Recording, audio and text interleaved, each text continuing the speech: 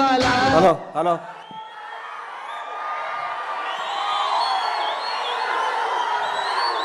జై చిరంజీవ జగదేక వీర అసహాయ శూర అంజనీ కుమారా. ఏ బ్రహ్మ ముహూర్తాన కొణిదెల వెంకట్రావు మెగాస్టార్ చిరంజీవి అనే శివశంకర్ ప్రసాద్ అంజనమ్మ కడుపున బీజ వేశాడో కానీ ఆ బ్రహ్మ ముహూర్తం 71 సంవత్సరాల నుంచి నిరంతరం వెలిగిస్తూ అభిమానుల్ని రక్షిస్తూ ఎందరికో జీవనాభాది కల్పిస్తూ అందరికీ నేనున్నానని భరోసా ఇస్తూ ముందుకు నవయువకుల్లా తిరుగుతున్న మెగాస్టార్ చిరంజీవి గారికి జన్మదినం సందర్భంగా నా హృదయపూర్వక పాదాభివందనాలు తెలియజేసుకుంటూ నేను ఈరోజు ఏడుకొండల వెంకన్న సాక్షిగా, శ్రీశైలం మల్లన్న సాక్షిగా, బెదవాడ కనకదుర్గమ్మ తల్లి సాక్షిగా, సింహాద్రి అప్పన్న సాక్షిగా, యాదగిరిగుట్ట నరసింహస్వామి సాక్షిగా, నేను కొలిసే అయ్యప్ప స్వామి సాక్షిగా నిజాలే మాట్లాడతా.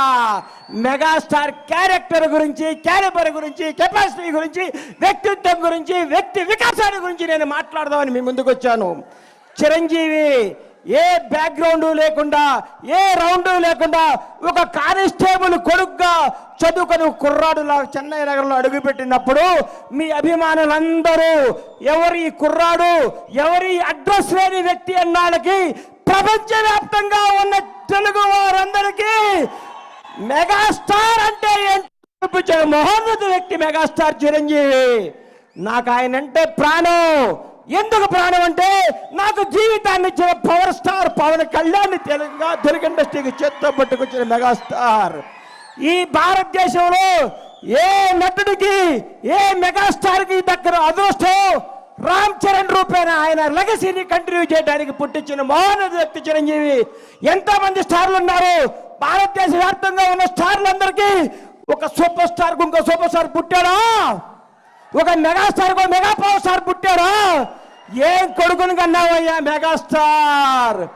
నీ వ్యక్తిత్వం గతంలో చాలా మంది ఓరు దాటేదాకా ఓరి మల్లనని పనిలేక బోడి మల్లన అంటున్న ఈ రోజుల్లో చిరంజీవి గారు అన్నా నీ వెనకాల ఎంతమంది ఉంటే ఏంటి, ఊడితే ఏంటి?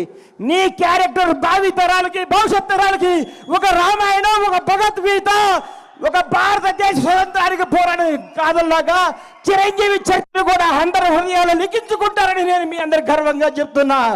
చిరంజీవి వ్యక్తిత్వం ఈ మధ్య నేను చిరంజీవి గారింటికి వెళ్ళి మర్చిపోయి మీకు చెప్పడానికి వెళ్తే అన్నయ్య కొంచెం లేట్గా వచ్చాడు.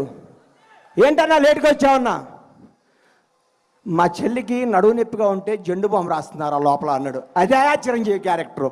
ఈరోజు కూడా 85 ఏళ్ల తల్లిని కొడుకులాగా పట్టుకొని కాళ్ళ ఒత్తుతూ ఇంట్లో పెట్టుకొని కంటికి రెప్పలా చూస్తున్న క్యారెక్టర్ చిరంజీవిది. చిరంజీవి వ్యక్తిత్వం ఎవరికి తెలుసు? కంటికి రెప్పలాగా తన కుటుంబాన్నే కాదు నానుకునే వాళ్ళందరినీ 25 సంవత్సరాల కింద బండ్ల గణేష్ ఏందండి అడ్రస్ లేనోడిని, అడ్రస్ అంటే తెలియనోడిని అన్నా నేను ఇల్లు కట్టుకున్నానంటే నా అడ్రస్ ఎత్తుకుంటూ ఛాత్ దగ్గర వచ్చాడు నడువు నొప్పితో. ఆ రోజు మెగాస్టార్ శంకర్ దాదా లాంటి బ్లాక్ బస్టర్లు కొట్టి యావత్ భారతదేశం చిరంజీవి చూడాలనుకున్న రోజుల్లో 50 కిలోమీటర్ల నడువు నొప్పితో వచ్చిన మహోన్నత వ్యక్తి మెగాస్టార్ చిరంజీవి. ఆయన క్యారెక్టర్ గురించి మాట్లాడాలంటే, ఆయన క్యాలిబర్ గురించి మాట్లాడాలంటే, ఆయన స్టామినా గురించి మాట్లాడాలంటే, ఆయన నిజాయితీ గురించి మాట్లాడాలంటే, ఆయన నిర్భయం గురించి మాట్లాడాలంటే ఎవరి తరం కాదు, ఎవరి వ్యక్తిత్వం ఉండదు. అన్నా నువ్వు రాజకీయాల్లో నుంచి బయటకు ఎందుకు వచ్చావు అంటే నేను అడిగాను. ఇదే స్టేజ్ మీద గోవిందరందరూ వాడే ఫంక్షన్లో కూర్చుంటే అన్నా మీరు రండి, యాక్ట్ చేయండి, మీకు దండం పెడతా, మీరు రావాలి, మీరు డ్యాన్స్ చేయాలి, మీరు భారతదేశ తెలుగు చలనచిత్ర పరిశ్రమలో చిరస్థాయిగా ఉండాలని నీలాంటి అభిమానులు, నాలాంటి అభిమానులు ఎంతోమంది అడిగితే ఆయన వచ్చి మళ్ళీ దుమ్ము దులుపుతున్నాడు, హిట్ల మీద హిట్లు కొడుతున్నాడు. ఆయన నుంచి అందరూ నేర్చుకోవాలి. సినిమా వెనకాల సినిమా ఎక్కిస్తూ, సినిమాతో సినిమాలు పెంచుతూ, ఎంతోమందికి వినోదాన్ని ఇస్తూ, ఎంతోమందికి హక్కుని తెచ్చుకొని ప్రతి ఒక్కరికి నానుకున్న వాళ్ళందరికీ చేతునిచ్చి ఆయనలో స్వార్థం ఉంటే, ఆయనే నేనే ఉండాలనుకుంటే నేను ఉండాలి, నా కొడుకు ఉండాలనుకుంటాడు. అవన్నీ పక్కన పెట్టి మేము ఉండాలి, మనం ఉండాలి, మనం అందరం ఉండాలి, అందరూ పైకి రావాలి, అభిమానించే ప్రతి ఒక్కరికి బంగారు భవిష్యత్తు ఇవ్వాలి అని చెప్పిన మోహన్ వ్యక్తి మెగాస్టార్ చిరంజీవి. చిరంజీవి అనేవాడు ఇండస్ట్రీలో రాకపోయింటే నాలాంటి వాళ్ళు వచ్చేవాళ్ళు కాదు. ఎందుకంటే ఇండస్ట్రీ అందదేమో సామాన్యులకి అందరూ ఒక కలేమో అని అనుకుంటున్న రోజుల్లో ఒక చిరంజీవి కూడా మెగాస్టార్ అవ్వచ్చు, కష్టపడే ఎవడైనా సినిమా ఇండస్ట్రీలో పైకి రావచ్చని అడ్రస్ కల్పించిన మహోన్నత మెగాస్టార్ చిరంజీవి. ఆయన గురించి కొందరు మాట్లాడుతుంటారు, చిరంజీవి తొక్కేశాడు. చిరంజీవి తొక్కుతాడా? చిరంజీవి ఎవరిని తొక్కడయ్యా? ఎక్కుతాడు, ఎక్కిస్తాడు, లేపుతాడు, లేపి కూర్చోబెడతాడు. ఎవడికి టాలెంట్ ఉంటే, ఎవడికి శక్తి ఉంటే, ఎవడికి నిజాయితీ ఉంటే వాళ్ళను ఉన్నతమైన కూర్చోబెట్టడమే మెగాస్టార్ చిరంజీవి యొక్క లక్ష్యం, ఆదర్శం, అభిమానం.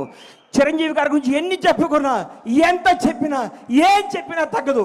నేను వెళ్ళి ఏం అవసరం అండి అన్నయ్య నా ఇంట్లో ఇది ఉందంటే చెప్పకుండా ఇంటికి వస్తాడు. అరే గని వస్తాను అంటే వస్తాడు.